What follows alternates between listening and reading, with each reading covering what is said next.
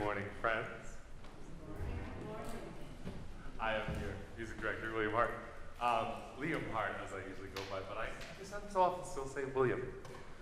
All right, so it is our Climate Revival Sunday. Around the country, Reverend Karen posted, I think, 350 different UU communities are doing some kind of climate-related event this Sunday, and there was a set of musical selections that were put forward by the National UU organization, and we chose one of them. We chose one of the more ambitious ones. So we got 2 choir Sundays in a row with a somewhat more ambitious choir anthem. I am sure that you will all enjoy this. We Will Rise Together by Cliff Harden.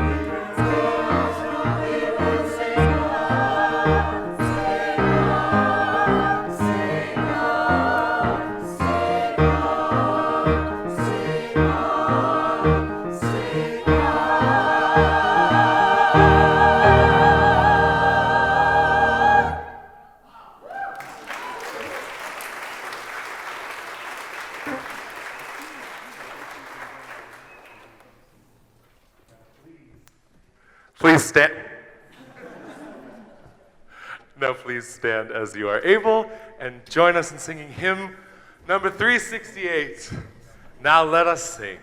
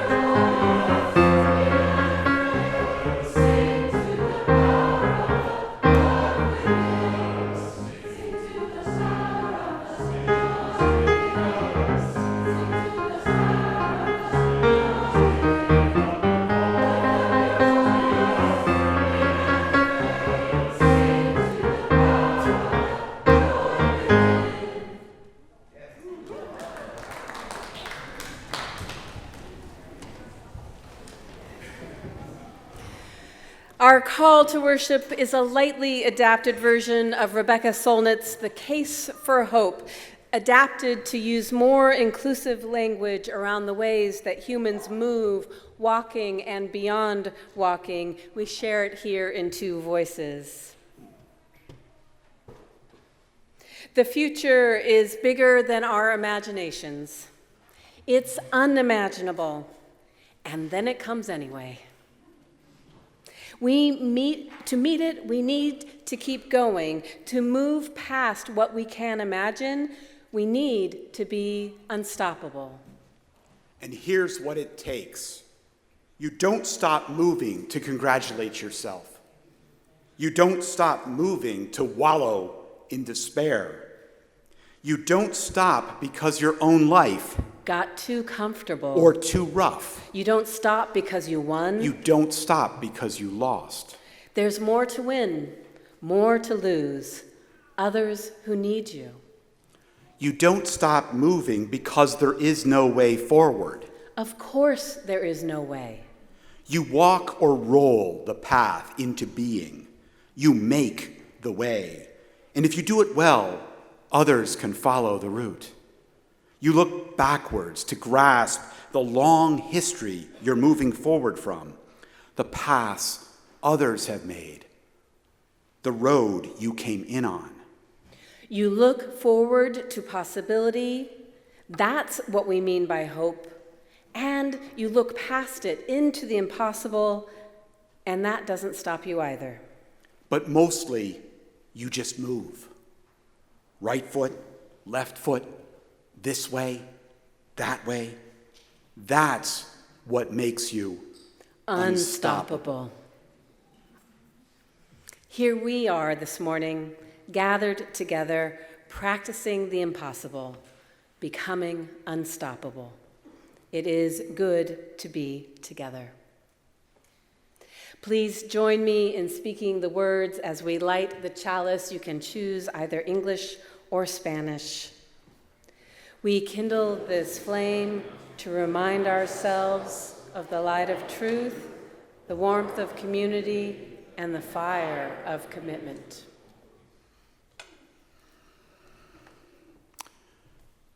Good morning. Welcome to the First Unitarian Universalist Society of Burlington.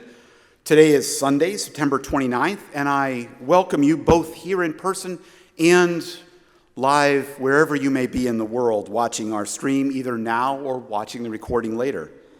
This, as has been hinted, is a bit of a special service. We're joining with something around 350 other UU congregations across the United States and even in Mexico, the British Virgin Islands, all around in what is being called our Climate Justice Revival. I'm Dan York, a member of our Worship Associates team. My pronouns are he, him, and I live here in Shelburne. As a UU faith community rooted in the heart of Burlington, we warmly welcome all people to our shared work of building beloved community, making meaning in our lives, and taking action for our climate.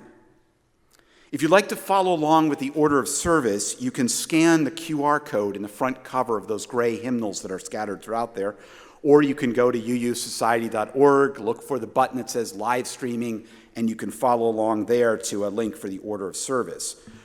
There's also, if you're online or if you're streaming this, there's a button there that says new to our community. You are welcome to fill that out. There's also a form that you can fill out and put in the offering basket as you come up here. If you're new here and you feel comfortable, would you please raise your hand or let us know that you're here so we can celebrate? Wonderful, wonderful. Great to see so many people. If you are interested, we do have some welcome ambassadors. We have Marilyn Brill, Mary Harrington, and Susan Warner Mills. Could they stand? I see one there, two there. So if you're new, look for those people later, and they'll be glad to talk to you about our society, our worship services, and about Unitarian Universalism in general. Have a couple of announcements this morning. First, please note that there is no nursery today for children who are preschool and younger. There are toys at the front and back if you'd like to have something to distract them. You don't actually need to be preschool to get those if you want, but Everyone is invited to join us in the coffee hour after the service, which will be outside under the windows on that side. So just go out the door and it's around there. We'll be where we'll have it. It's a great time to meet new friends and learn more about the many things going on here at First UU.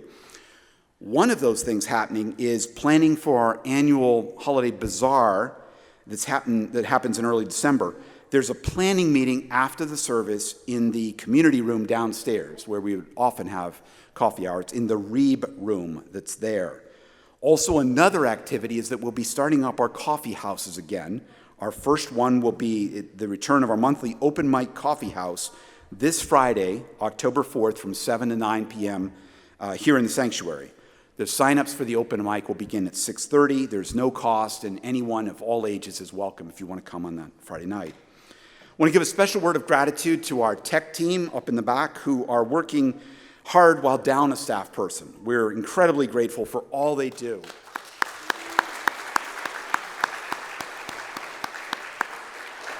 We're grateful that they allow us to make this service accessible to people all around the world who are joining in and watching us. No pressure. Also, for people who are sick, you can stay home and watch the service. There's always that. Also, gratitude to our climate justice team. Could you all please stand, the people who are part of that team?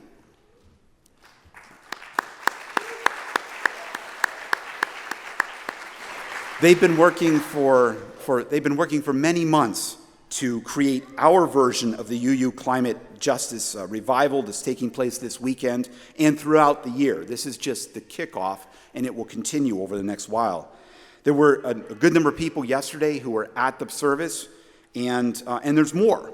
After this service today, the final session of our Climate Justice Revival will be from 11:30 to 1 o'clock in the room right behind here, the parlors.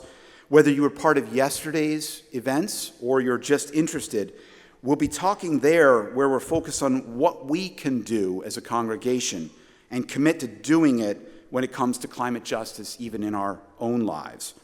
Snacks will be provided too. Friends, whatever it took for you to get here, wherever you've come from, wherever you are, whatever burdens and joys you're carrying, you belong. Your whole self is welcome here. Come, let us worship together. Blessed be.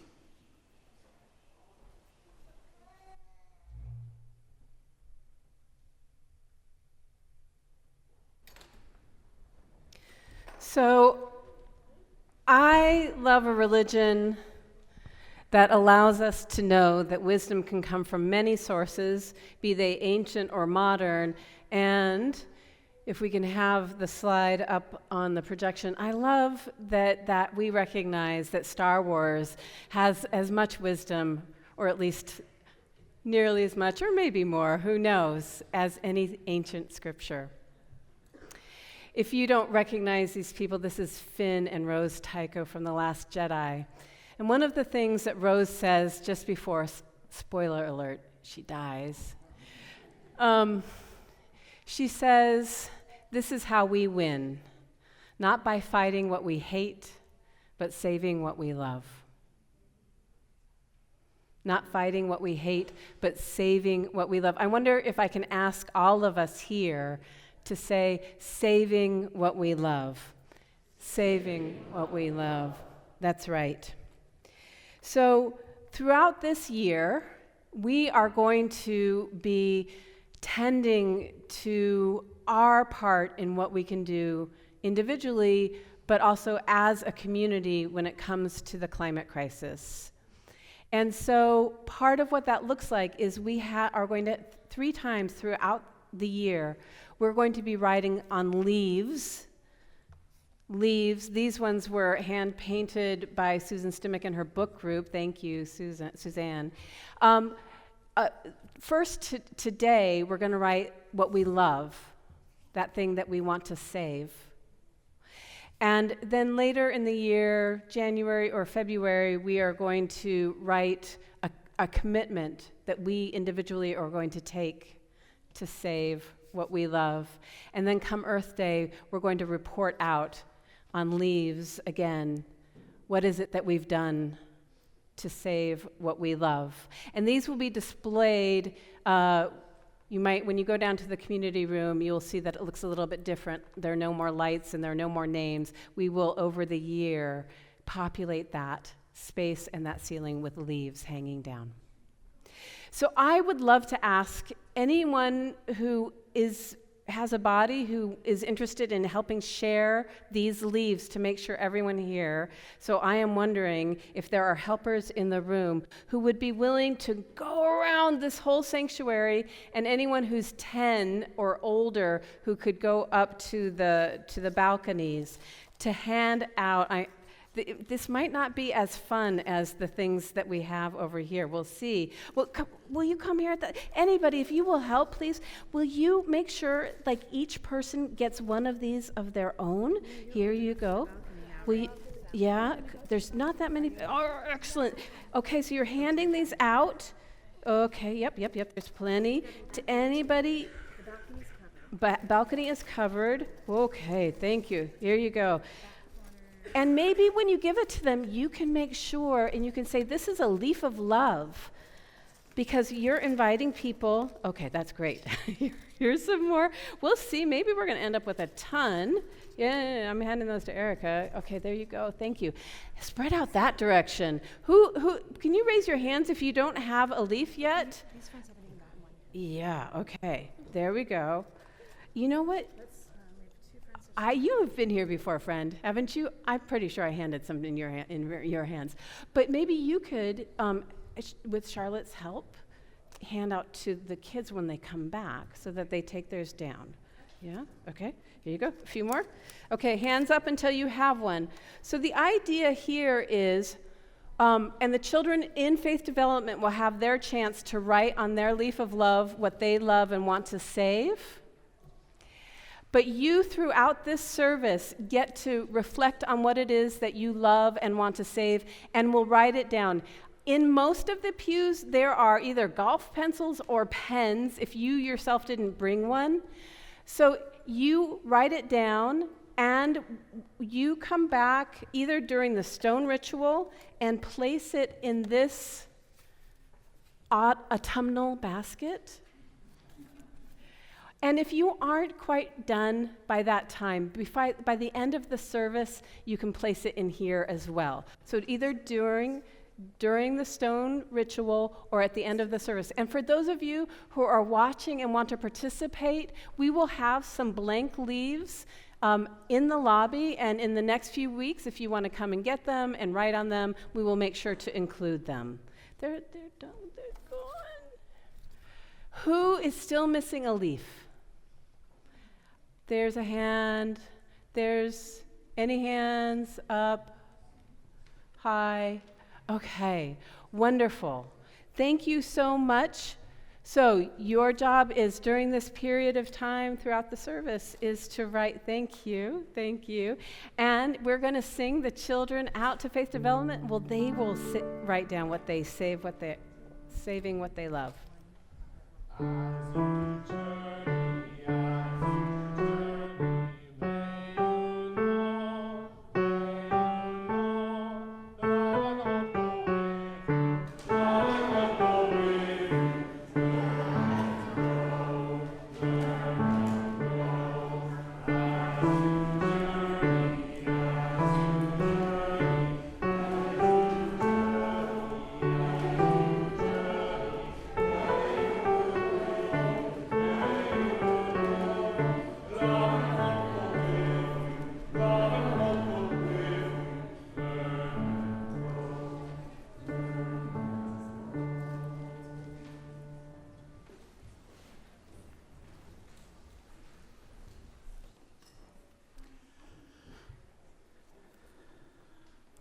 The following reading was written by Reverend Julian Jamaica Soto, a Unitarian Universalist minister and poet, author of the immensely popular book, Spilling the Light.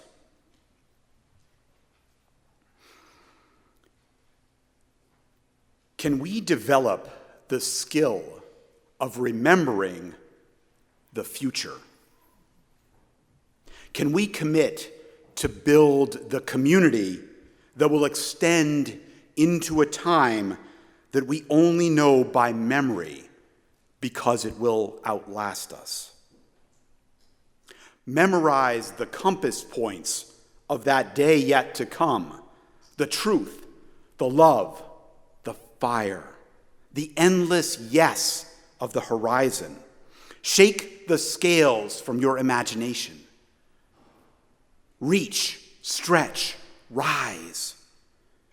There is no more time for pretending that everything can be all right without your care, without your attention.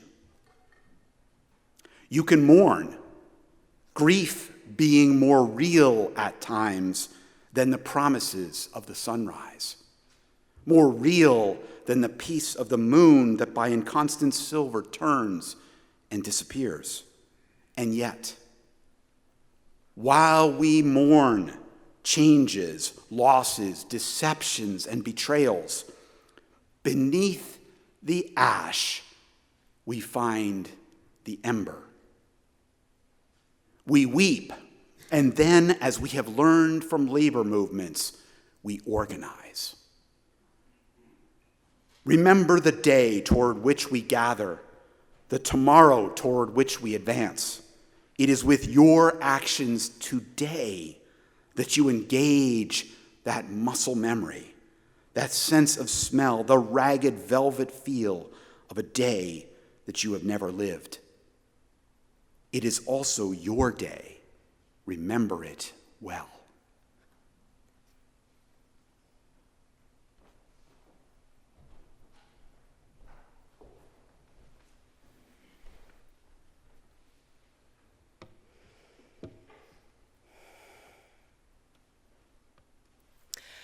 For those of you who haven't accessed the published order of service, I just want to tell you this sermon is in 2 parts. Which future are you preparing for?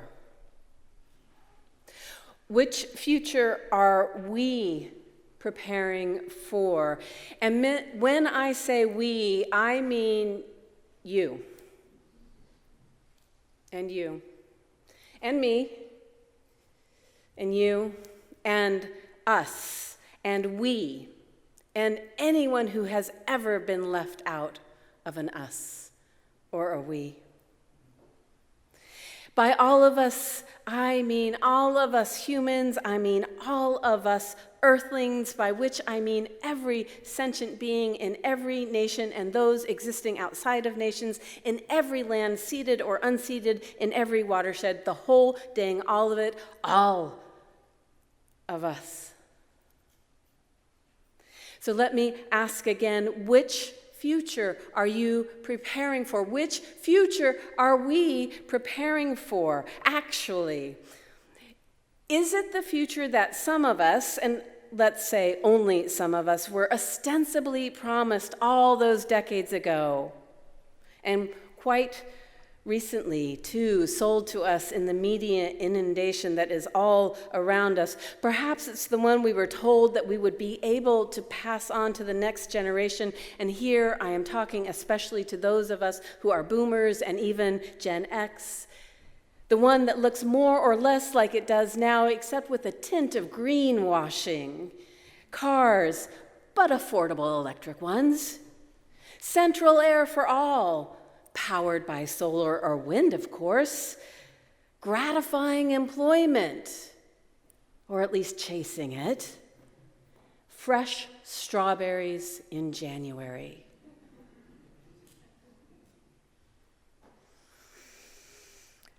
The story of Noah's Ark, found in the scriptures of Judaism, of Christianity, of Islam, suggests that at a particular point in ancient times, there was one correct set of instructions for surviving an extreme climate event. And those were ones that were handed down by the one God. And as the story goes, most people living at the time were excluded from these instructions, but not Noah. And he followed the instructions, bringing along with him his family and pairs of the creatures, all the creatures of the earth. And they built a floating zoo to spec just before the whole known world was lost to a great flood. Now, generally speaking, Unitarian Universalists do not endorse a theology of a divine gendered voice commanding us, prepare thy future. And so since that is the case, from whence come, if not instructions, then inspiration to reckon with the impact of what we have wrought on this planet. For us, there is a cacophony of instructions in this postmodern world. And some of the once good instructions no longer are.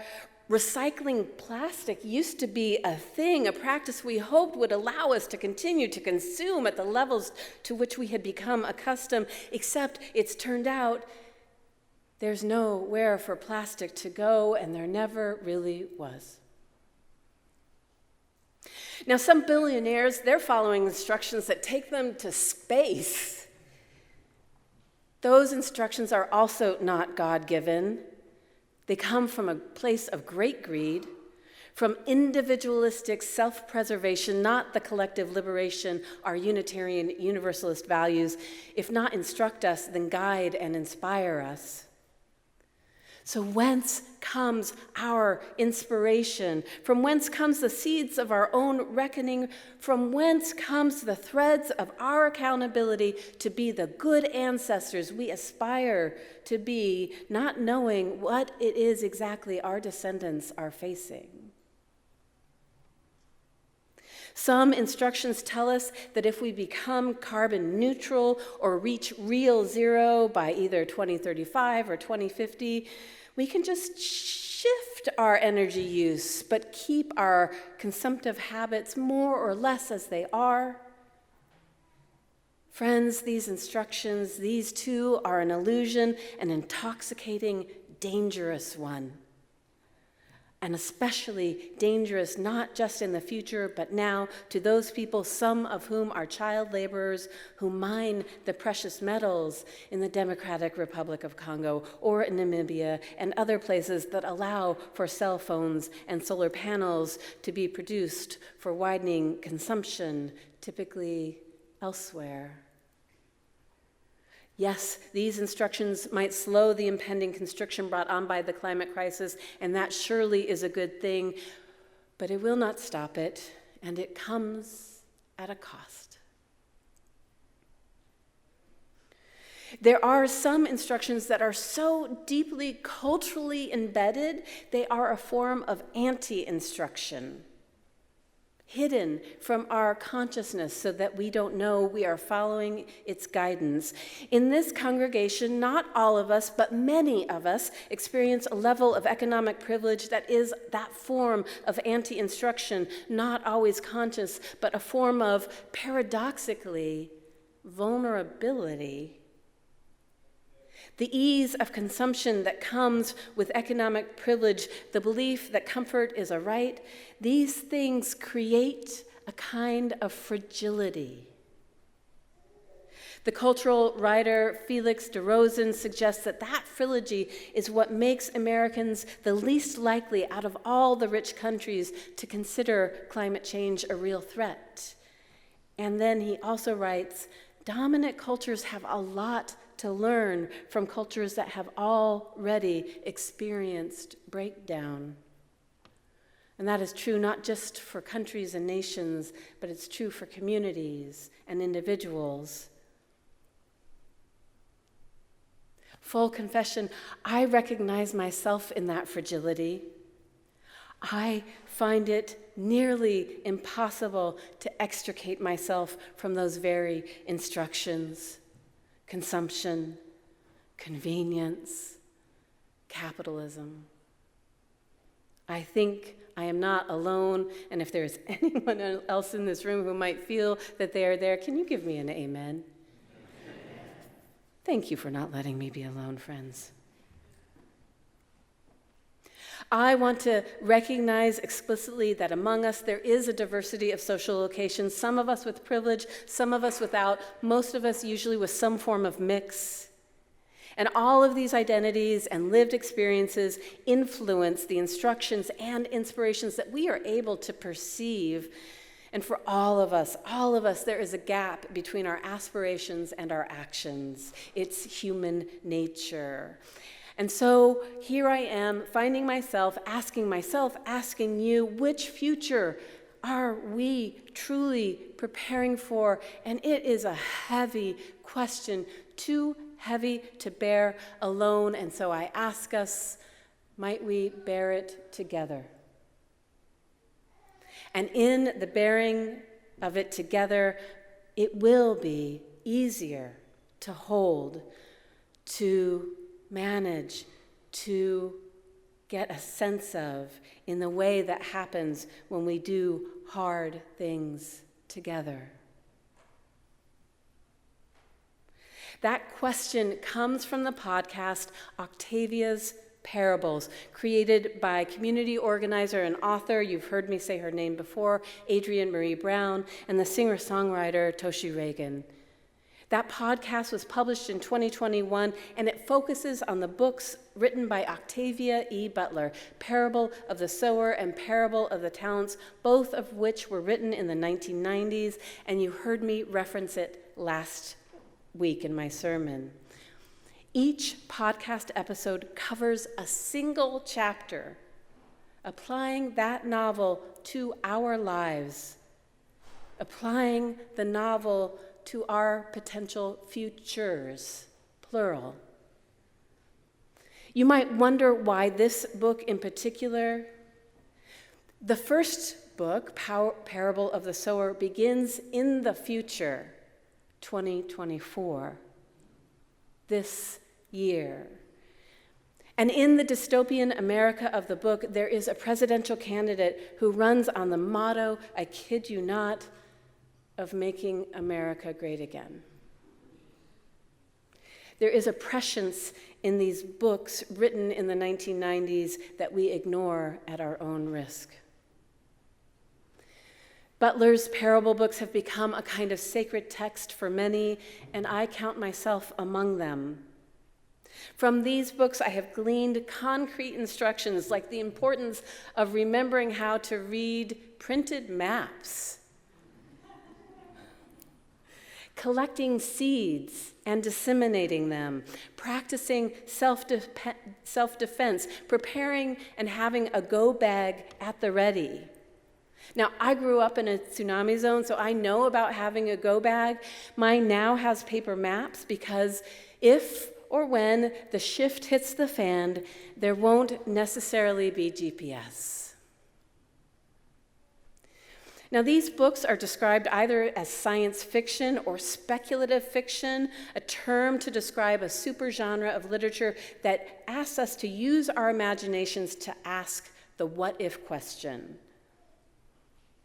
And whether we call Octavia E. Butler a science fiction writer or a speculative fiction writer, she knew that, quote, the most compelling science fiction offered readers alternative versions not just of the universe, but also of themselves.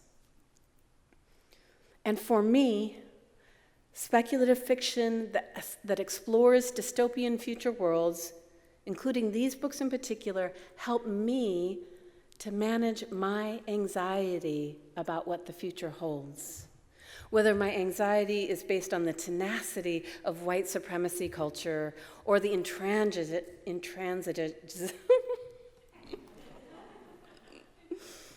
intransigence of sexual violence, or the acceleration of climate constriction, or the looming presence of authoritarianism.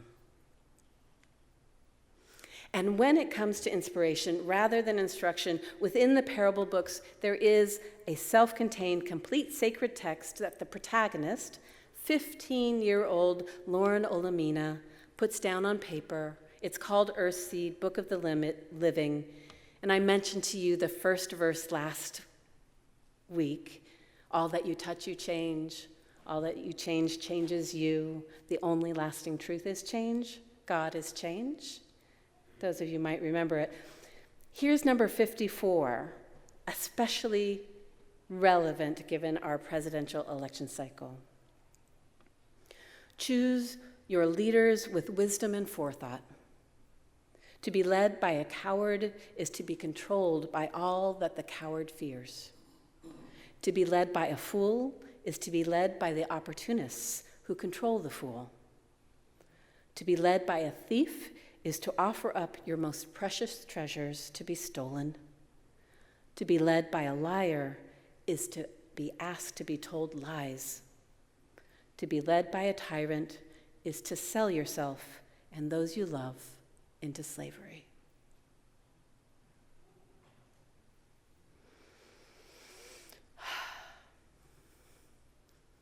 Of all the instructions and inspirations in the parable books, for me, the most meaningful lesson I have claimed, I sum up in this way.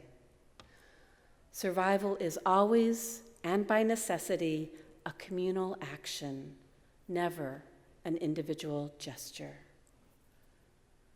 More about that in the second part of this sermon.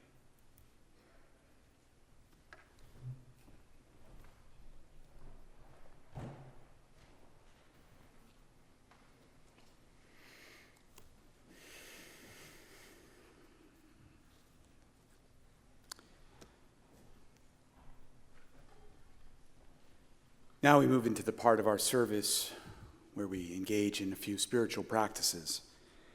They come in many forms within our Sunday service: generosity, spoken meditation, stillness, music, creating space for our joys, for our sorrows, and for our gratitude. In this part of our Sunday service, each of us will have the chance to enter into those communal practices to which we're drawn, to hold space and to offer loving witness for each other.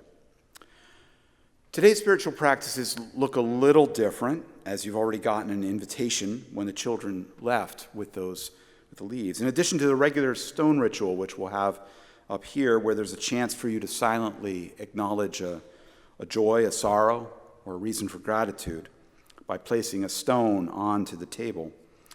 If you've written on your leaf of love already something that you love and want to save, you can bring it forward and place it in the basket next to the stone table. And if you need more time to write, you can add your leaf at the end of the service before you leave the sanctuary. For our generosity practice, given the massive impact of Hurricane Helene on the southern portion of the United States, we've decided that on this fifth Sunday of the month to change the recipient of our Share the Plate offering, the baskets on either side. For those of you attending via live stream or here on the sanctuary, the text on the slides is not correct anymore. When you see it, just ignore it. Instead, what we're doing is we're giving not half, but 100% of this morning's offerings to the UUA Disaster Relief Fund, which can provide funds for UU congregations that need for repairs after natural disasters.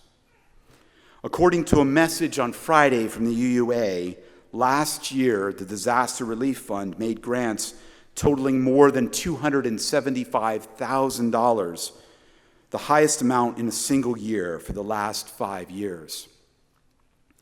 The UUA tries to keep at least $100,000 on hand for emergencies, but as of Friday, the fund balance was down to only $30,000. Let's see what we in Vermont, no stranger to the need for emergency support during climate disasters, can do to help grow that fund and to help out our UU sibling congregations in Florida, in Georgia, in North Carolina, anywhere in the wake of this latest devastating storm. You can give at the baskets on either side, or if you're online, there is information on our uusociety.org site. Thank you.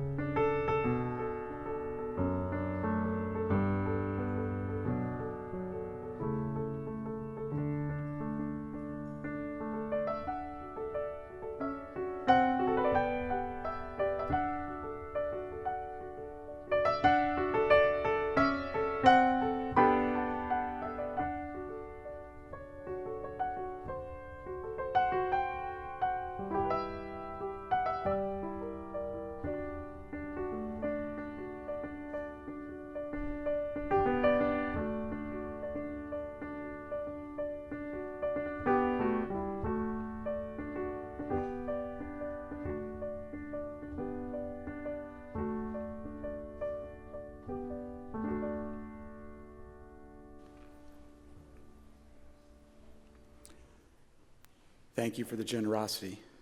Please join me in our offering dedication. With gratitude, we dedicate these gifts in the service of our mission to inspire spiritual growth, care for each other and our community, seek truth, and act for justice.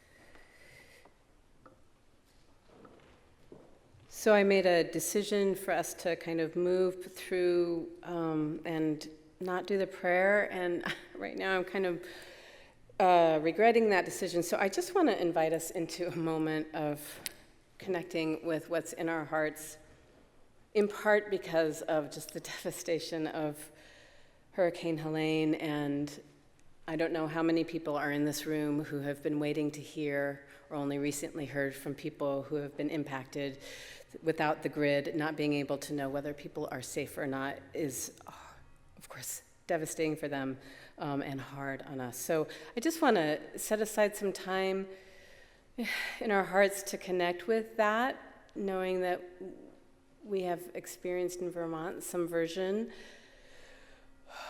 of water not as our friend.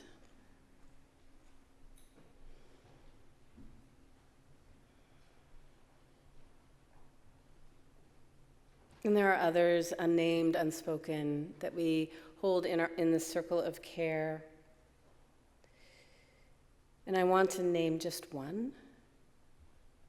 Juan Antonio Lopez, who was a climate activist in Honduras, who was assassinated earlier this month, who was a partner with our own UU Service Committee, who is sending representatives to be with him and his community in these next few days. So let us hold Juan Antonio Lopez, his family, his community, his nation, his vision of defending the Guampanol River from illegal mining in our own hearts.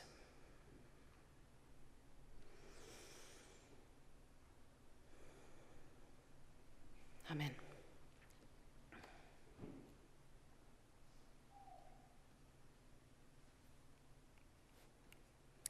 So, the second part of the sermon starts with how we ended. Survival is always and by necessity a communal action, never an individual gesture. We are finding that we must prepare for a future that is already here, flooding across the globe and here at home, and as we've been saying, just with this week's end of Hurricane Helene. How can we not be reminded of Noah's Ark? And with wildfires across the planet, reddening our sunsets and burning our throats each summer, it's hard not to hear the biblical echo that it will be fire next time. It is already fire this time in the soaring temperatures on both land and in oceans and in waterways, including in our own cyanobacteria-blooming, beloved watershed.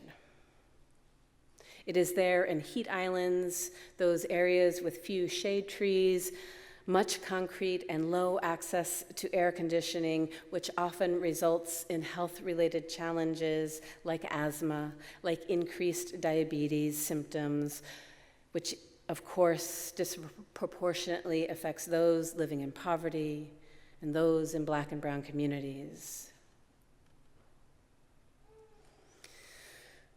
I have come to understand that what draws me to reading speculative fiction that contains, as Octavia E. Butler says, a handful of earth and a handful of sky, it's not just about managing my own anxiety. And this is true whether I'm reading the parable books or Station 11 or The Last Beekeeper or Ministry for the Future. It is about growing my and our moral imagination. Those books will be written in the weekly e-news. You don't have to worry if you didn't write them down. It is about cultivating a moral and generative imagination for a future that does not yet exist, but is ours to co-create, not create on our own, not control or dominate, but to, as we said last week, shape. The stories we choose, the sacred texts we claim, and how we let them shape us are a part and particle of this process. Seeking out speculative fiction rooted in reality that then expands our moral imagination, that also aligns with our Unitarian Universalist values of equity, of pluralism, of interdependence, of justice, of transformation, of generosity, that has at its narrative core a liberating love at the center. These are a meaningful affirmation of the future for which we are not only preparing, but which we are co-creating into existence.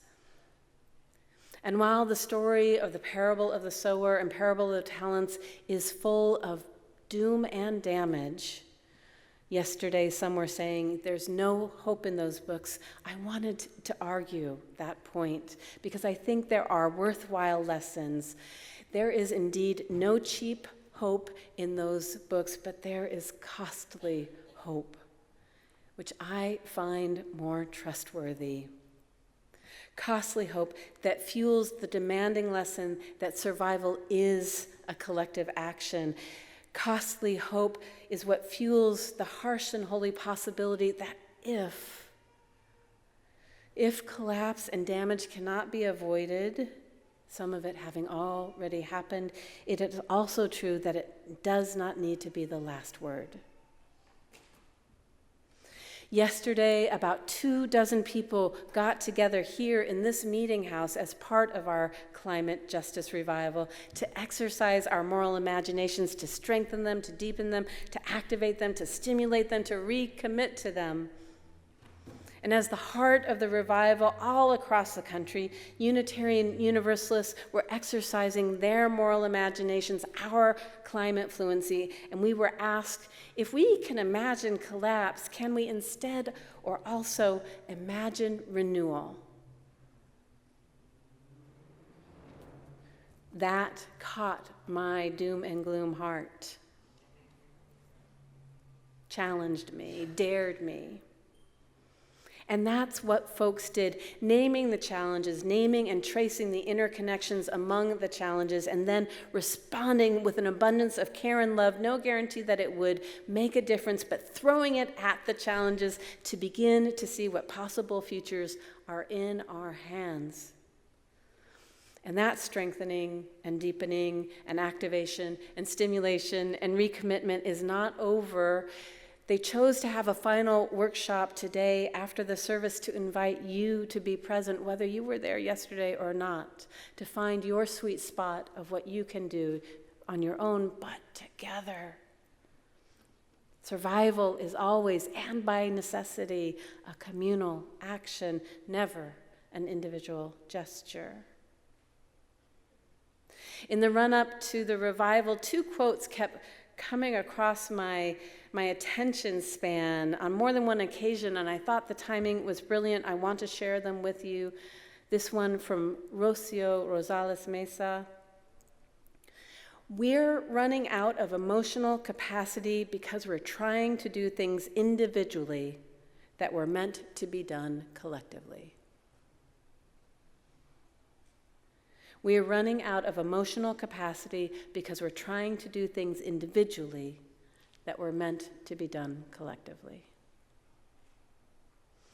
And the other quote was from the impeccable late Bell Hooks. Rarely, if ever, are any of us healed in isolation. Healing is an act of communion. If that wasn't true before, it certainly is true now. And if it's true for us and true for us now, it's certainly true for the planet, this place, this interdependent web of existence of which we are a part. So friends, let us close our ears and our wallets to the tech-thralled propaganda of global billionaires who try to make us pay for their costly shenanigans, as if we haven't already paid too high a price. We shall not cede our vision of the future to them, even as they try so persistently to mold and shape our present. Let us seek wisdom from those who, in this world with its systemic injustices, have already experienced a denial of access and pattern denigration, who have been practicing resilience, cooperation, and survival, doing so longer than those of us with privileges and protections that come from nationality or class or formal education. Let us commit to build a community that will extend into time that we will only come to know because it will outlast us. Let us ground ourselves in the truth of change, in our power to shape change as change shapes us. May the future be bigger than our imaginations, and may we do what is ours to meet it, to keep going, to become unstoppable in our love, in our belief of transformation. And let us remember, whether we win or not, this is how we survive, saving what we love. So be it. See to it. Amen.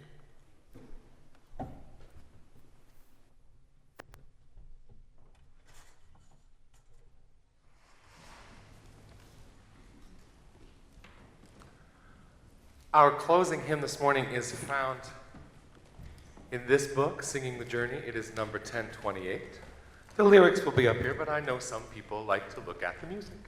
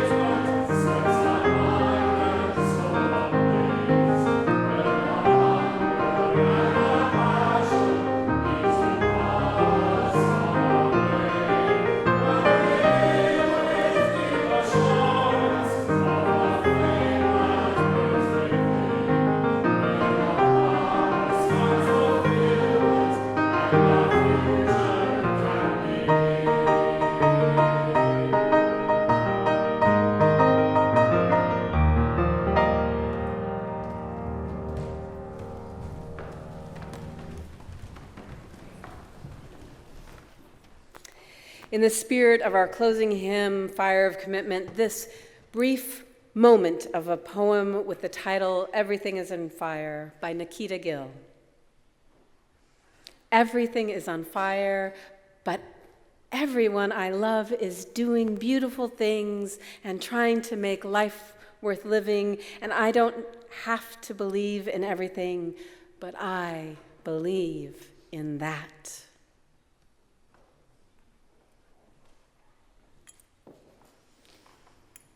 Please join me in our words for extinguishing our chalice in either English or Spanish.